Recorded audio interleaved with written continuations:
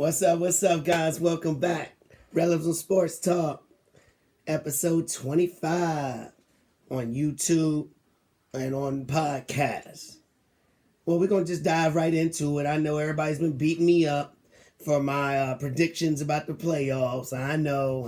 So we're going to already just jump into it now.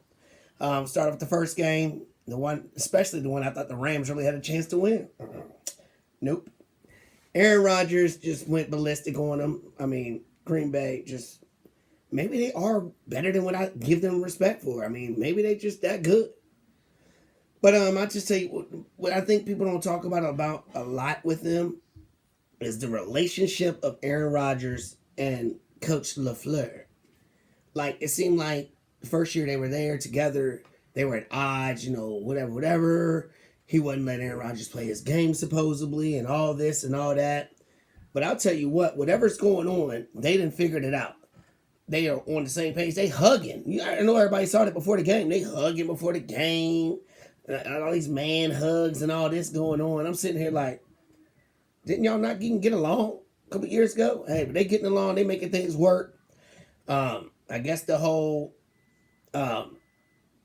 doing whatever to Aaron Rodgers to make him mad to leave ain't working because even though you ain't drafting him a wide receiver, he's making the one that he has work out pretty well. We'll see what's going to happen in the next game, but I mean, they still holding it down. I'm scared that they're going to go to the Super Bowl. But what's going to happen after that? What's Aaron Rodgers' future going to be? When he was asked about it, it was like, I guess we'll see, whatever. It's not convincing to me. I think you might have burnt that bridge completely. Whether he likes the team or not, he likes Aaron Jones and he likes Adams and I guess he likes the coach now and all that. I mean, it's crazy how things are working out between them. We'll see. Big game Sunday. What we game? But all right, let's go to the next matchup we had. We had Buffalo over the Ravens. Another game that I predicted wrong. Buffalo, hey, they doing it again. They're a complete team. The defense is stepping up. Josh Allen seems like he gets better every time I see him. The one thing that scares me about Buffalo is they don't run the ball a lot. So that makes me kind of worried about them, especially in their next matchup, which we'll get into later on. But that's a big deal for me. I don't know. But on the other side, the Ravens, Lamar Jackson is what we thought Lamar Jackson would be. I mean, and here's the reason why he was the last pick in the first round is because GMs and owners and everybody was concerned about him throwing the ball. We know he can run. We know he's a freak athlete like that. We know that. But can he throw the ball? Now, let's be fair. They got Hollywood Brown. And he's okay. I mean, he's still smaller or whatnot. So you go get big old Dez Bryant. But he ain't played, 3 years? I mean, really? Was he going to be the answer? Is he going to help your development of Lamar Jackson? I don't know. But this offseason is going to tell a lot. I mean, they already let Mark Ingram go, but I guess we already knew that the writing was on the wall for that. But there's a lot of free agents this offseason. Lots of free agents at wide receiver. So I'm wondering if they're going to make a big splash or not and try to get one. I mean, you got guys like Juju out there. Juju's out there. I mean, is he happy in Pittsburgh? I mean, then again, you look at all the wide receivers that were in Pittsburgh and became stars, and then they leave Pittsburgh, and then they become, I don't know, crazy or irrelevant or whatnot. I mean, so maybe it's wise to stay there. But Ben's another year older, so maybe it's wise to get out of there. So I'm looking at Juju, then I'm looking at, Hollywood's, Uncle?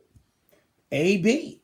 Is Tampa Bay going to bring him back next year? I mean, I feel like with the team they got, he's expendable. You need to get some more players on that offensive line or somewhere else. I'm sure Tampa Bay needs somewhere else, And then, hey, here's a thought. Cleveland was so good without Odell. Do you trade Odell to the Ravens? How about you trade him? Try to get up a nice piece, a good defensive player that the Ravens might have. These are just options that they can think about, but they got to give him some help. You got to get somebody out there that can make plays. It don't have to be it doesn't have to be a perfect pass.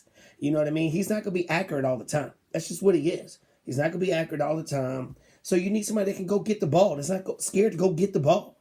Maybe they find one in the draft. Maybe they find one in free agency. But it needs to be addressed.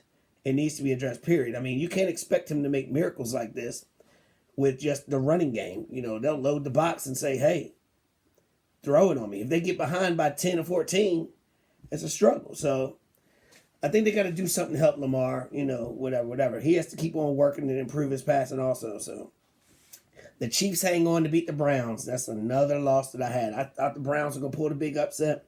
And they had the formula was right there. They were doing it. I mean, they got all these dumb penalties, dumb things that happened. And then you got a touchdown right there, and then you fumble it through the end zone.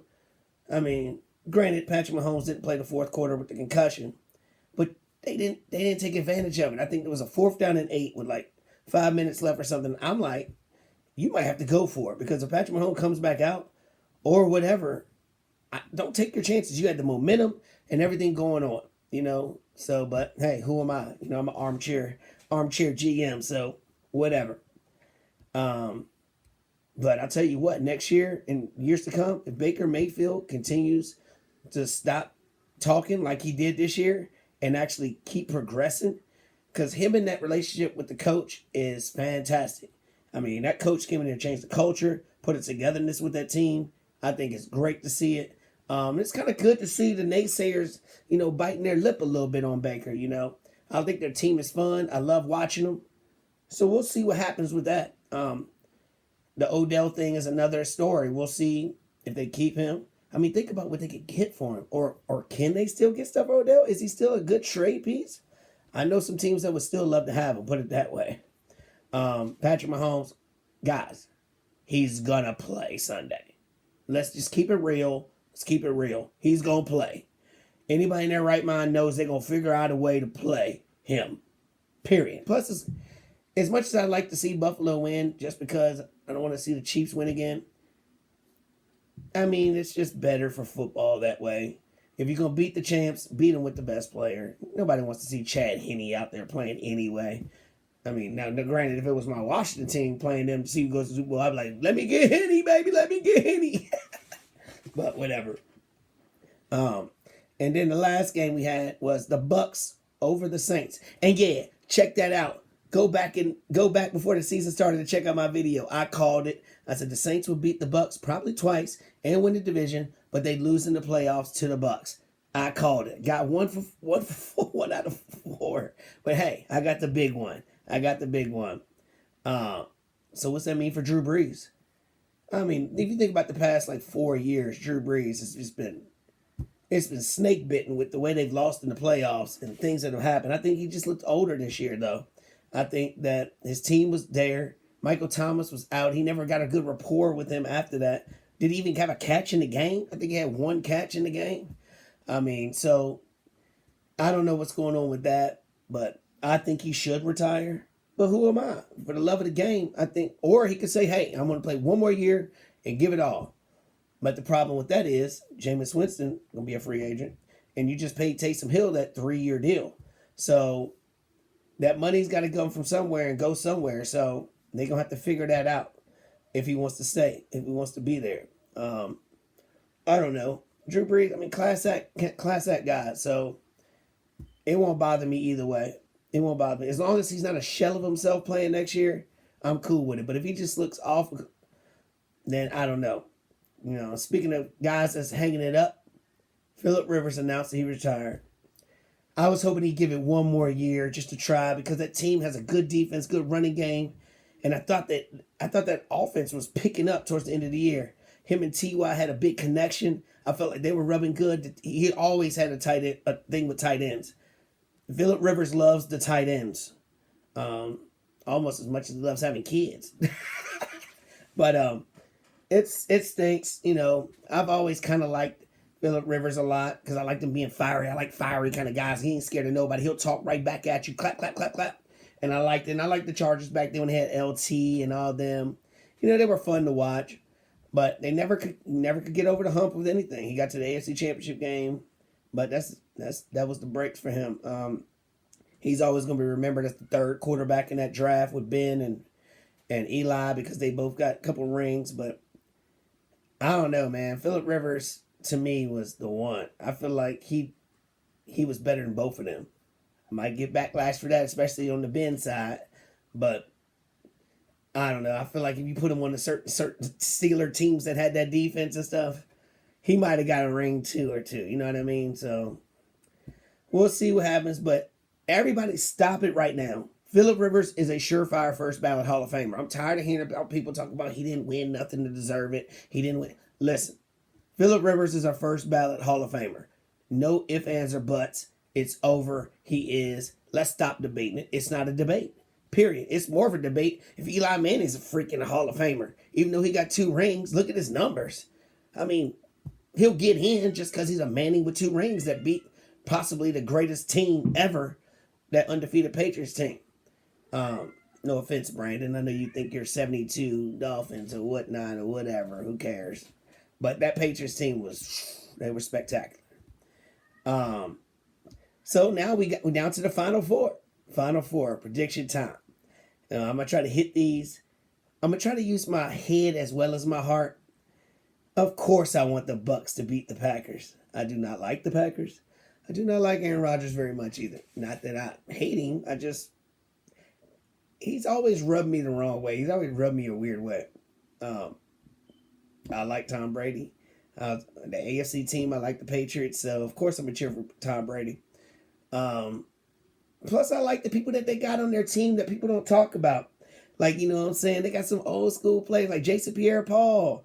You know what I'm saying? He was nasty because broke fireworks and finger off or whatever, but nobody gave him a chance. He's out there. And Ndamukong Suh, remember, he was an outcast. People hated Ndamukong Suh. But I'll tell you what, everybody was scared of when he was with Detroit, when he was stepping on people, stomping them. You know what I mean? Ndamukong Suh was scary. I mean, it's kind of cool seeing them, get to a level like this that they hadn't been to in a while, so it's cool to see certain players. Plus, I mean, the storyline, Gronk and Brady, they can go to another Super Bowl together. Come on, the storylines are crazy. We can always do storylines for the Packers too.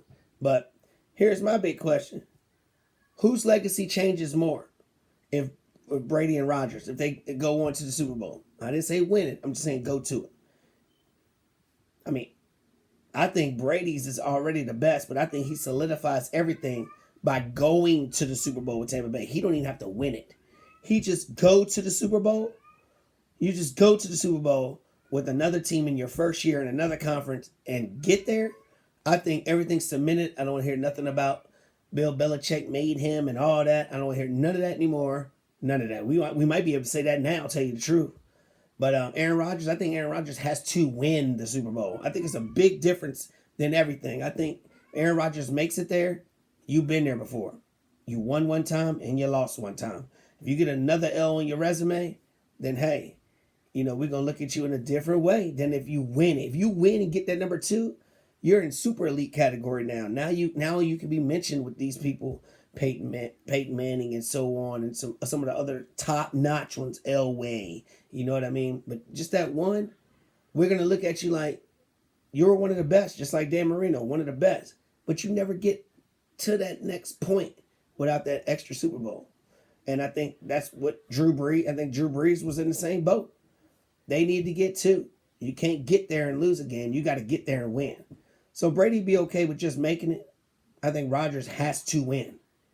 So on the other side of it, Bills and Chiefs, are the Bills just happy to be here? I don't know. I was thinking that after the game with the Colts because they celebrated like they won the championship. They were out there throwing helmets, celebrating with Bills Mafia. They were doing all this and that. I was like, they're going to get smashed by the Ravens. They come out here happy that they already won. But then again, it was the Ravens on the other side that was happy like that too. Because the Bills defense showed up again and was dominant. There's them Chiefs. I don't know how you stop the Chiefs. It's just scary watching them.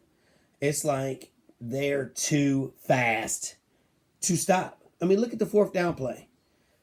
All Tyreek Hill did was line up like in a tight end spot and just did a curl but he was so much faster than everybody else. It was easy for him. It's kind of like when Rodgers throws it to Devontae Adams when they do that, put him in motion and then speed motion back. They do the same thing with Tyreek Hill, and then they're better than your defense. You can't stop that. So it's going to be interesting to see what the Bills do. I brought it up earlier. I think the hindrance for the Bills is they don't run the ball. They don't run the ball.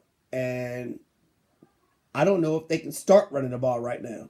I don't know if it can help. You need that for time of possession to slow down Patrick Mahomes, things like that. And I think that's why Cleveland matched up so well about it. And only lost by 5. Lost by 5, had a touchdown go through the end zone. I mean, it was moments that they could have won that game. I'm cheering for Bills Mafia. I'm cheering for y'all, but I'm not gonna hold my breath about it. I'm not gonna hold my breath. And the last thing for football I want to talk about is my boy Martin Mayhew. Played for the Washington Redskins. I remember him. He was awesome. I liked him. Great guy. Cool. Now he's gonna be the GM for Washington. I don't know how I feel about that. I'm happy that another black man got a GM spot because those are rare. So I appreciate them, doing that. I don't know if they're doing that for a certain reason or not, but hey, whatever. But he was the GM for the Lions for all those years. The Lions? And how much did the Lions win? I'm just saying. But hey, he's a Redskin, he's a Washington former player. So maybe he can do some magic for us. I'm not sure. Get us a quarterback. If you get us Deshaun Watson, you gonna be the man. They're gonna have a parade just for you if you get us Deshaun Watson. Do it. Get it done. Do it. Please get Deshaun Watson. All right, let's turn it over. Let's turn it over to some basketball talk. Last night was the first game for the Nets' big three to all play together. Can I just say this? I don't know why Kevin Durant puts himself in these situations. I understand you want to win and it makes it easier to win. But Kevin Durant is so unbelievable to me. I feel like he can score from anywhere. He's averaging 30 points a game. He scored 20 points in every game. He's just oh my gosh, it's just unbelievable that he could I think he could carry a team like that. But hey, he's doing what he wants to do, so whatever. Kyrie's first game back came out shooting the most out of everybody. He said, "You ain't stopping my flow. My game ain't gonna change." He said, "My game ain't gonna change. I'm still shooting the ball. That's what I do. I shoot the ball." I think it's better that way because Harden is a better passer. He had 8 assists. Harden's a better passer than Kyrie. But how long is Harden going to be the third wheel? How long is he going to deal with only shooting 14 shots a game? How long is this going to happen? People have talked about, well, let's bring Kyrie off the bench. Be the sixth man. He can run up the second squad and he could be the guy scoring off that. That sounds all well and good. All well and good. But Kyrie. You've seen Kyrie. He complains about less. Is he going to deal with that? I don't think so. I mean, you saw Harden when he was the sixth man in Oklahoma City. He knew he was too good for that. He said, I need to be out. So, Kyrie, I don't know what they're going to do with that. It's all peaches and cream right now. But we'll see how that goes. 76ers, one of the best records in the East. Are they for real? They just beat Boston. Are they for real? All I know is whatever Joel Embiid is doing, keep doing it. You my MVP right now, Joel Embiid. I think he is killing out here. But here we go. What it comes down to, are you going to be healthy at the end? Are you playing too much? Can your body handle it? Supposedly he's got cooks, nutritionists doing all this stuff for him to protect his legs and his knees and all this stuff. I hope it all works. I hope it does. I like seeing Philadelphia do that. I like seeing them play. I think they're good. I think Doc Rivers, heck of a coach. I'm glad he's away from the Clippers. But yeah, man, I don't no problem with Philadelphia. I just want to see anybody beat the Nets. And I don't see nobody beating the Nets that can compete with them. Giannis and Drew Holiday's not enough to beat them. I mean, we saw them get smacked. They playing my Lakers right now, but I don't know. We'll see. I just don't think so. And we saw the Heat. The Heat's doing okay with their middle of the road, but there is inquiries talking about Oladipo coming to the Heat. I think that would change everything. Would that make him a contender? I think so. I think if you get Oladipo that swing to play offside Jimmy Butler, I think that's the move. They need to make that happen. Even if you got to give up one of your two young guns, I'd do it. I'd make that move and make it happen because you got to catch up. You got to do something to catch up. You got to make a move. These teams that are staying stagnant are not going to win. You can't do it. Elite teams have to make a move. I just believe that. Like Boston, yeah, you might have the second, third best record in the East, but you're not going to do anything. We have no faith in you at all. No faith in Boston. I have none.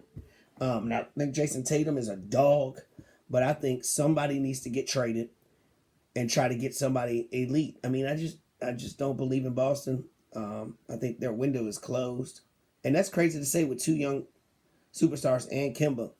I think they're done in that with that team. I think their window's done right there. But we'll see. We'll see how it goes. I don't think anything matters in the regular season with no fans and stuff like that in the crowd. I don't think no regular seasons matter at all. Because what it's going to come down to, in my opinion, is health and chemistry. Health and chemistry. If you're healthy and you're cohesive all together, I think those teams are going to win it all. And I feel like that's why the Lakers won last year, because they were playing so well together. They had all bought in together. And I think that's what happened. I don't think the Clippers weren't there yet. So that's what scares me about this year, because PG is looking frightening. Are we going to see more rest now? Are we going to see the taking days off? LeBron's talking about he don't want to do it. He don't want to do it. But I'm as a Laker fan, I'm nervous because I'm like, man, you kind of long in the tooth, baby. You got to keep up with these young guns, and you got to save enough energy because defense is going to have to win for the Lakers. Defense is going to have to do it because that Nets team has firepower. They don't play no defense, but if we can stop that, I think we'll be okay. So we'll see how it goes. Another fun thing going to happen, Poirier versus McGregor, UFC. Saturday night, I don't talk a lot about UFC, but my brother-in-law's get me into it a lot more. I'm excited I don't know if I'm going to be able to watch it or not, but I'm excited to see what happens. I'm pulling for McGregor. I usually pull for the upsets, but I'm pulling for McGregor only because I want to see McGregor versus Khabib. I want to see the pre-up to it. I want to see the weigh-in. I want to see the commercials about it. I want to see the HBO documentary leading up to it, or the hype videos. I want to see it all because it's going to be box office if it happens. If McGregor loses, then they're going to have to fight again for the third time. And then I'm going to be like, it's watered down. I don't want to see it. But if he can win and keep talking like he's doing, that fight's going to be nice. I like to see that. Just now watched an old rivalry game. A lot of people don't know I like Tennessee women's basketball. Shamika Holslaw back in the day was my girl. Candace Parker's my girl. Vols, Pat Summitt. May she rest in peace, was my coach. They had a Pat Summitt tribute game against old rival UConn, number one team, undefeated. They battled their butts off, man. Tennessee basketball battled their butts against basically the Alabama of women's basketball. They get every recruit and everybody else. But they played hard. They lost in the very end, but they played phenomenal. And Pat Summitt smiling down the Tennessee basketball girls team. Great job.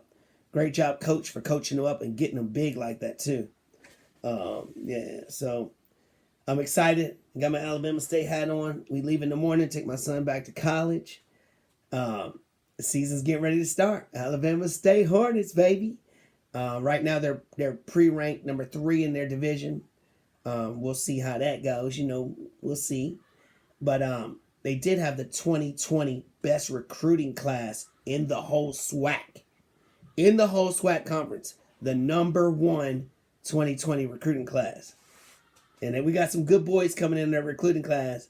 But I'm excited about one in particular, and that's my boy. So I hope he goes out there, gets a good education, has a good time. And hope he can get on that field and do something. Because we pulling for you. Represent the bird. Thanks everybody for checking out episode 25. Be ready for episode 26. Also, check me out on my podcast. I'm on Anchor, Breaker, Spotify, Google Podcasts, Radio Public, and Pocket Cast. So check me out, Rellism Sports Talk, on those. And you can catch me on the video on my YouTube channel. Thank y'all. Appreciate it. See y'all next time.